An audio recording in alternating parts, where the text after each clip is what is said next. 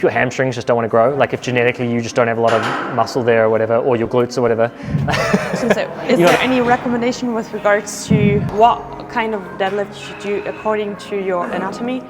So like, because I have like these rather long femurs, would you rather recommend a sumo or a conventional then, or is it just really again a personal preference? Yeah, some people try and do it based off femur length, but there are people with long femurs that are great conventional deadlifters. It's going to depend a lot on joint shapes. So the head of your femur comes up and then it's got like a neck to it, and then the ball joint that plugs into your hip, that can be like this, it can be like this, it can have a bit of an angle, it can be longer, it can be shorter.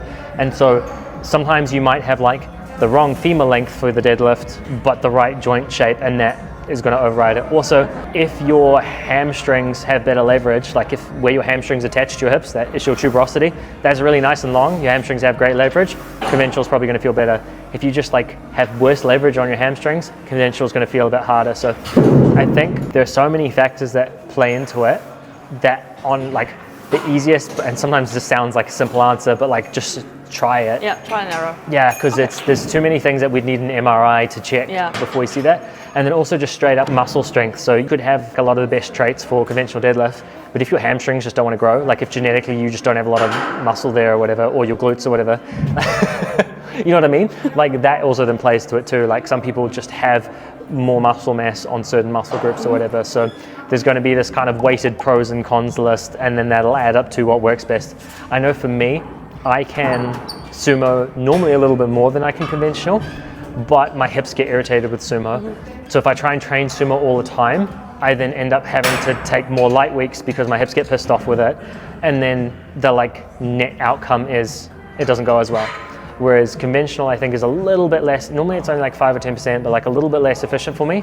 But because I can train it more consistently, it's actually easier to like consistently get strong at it. So how well you tolerate the movement also matters. I think too, sumo is going to be more similar to your squat stance for most people. Like I know for me, where I'm strongest for sumo is like maybe a little wider than my squat, but like it's pretty similar.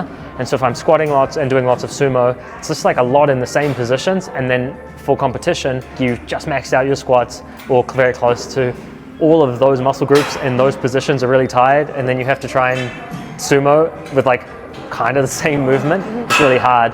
Whereas, at least for powerlifting competition, sometimes I think having the conventional where like your hamstrings are fresh because they haven't done anything all comp, and your glutes are now working in different positions, so it's going to be different parts of your glutes. It can work out better that way too. Okay. Long answer, but there's like... TLDR. TLDR. Just try and, try with TLDR is just try it.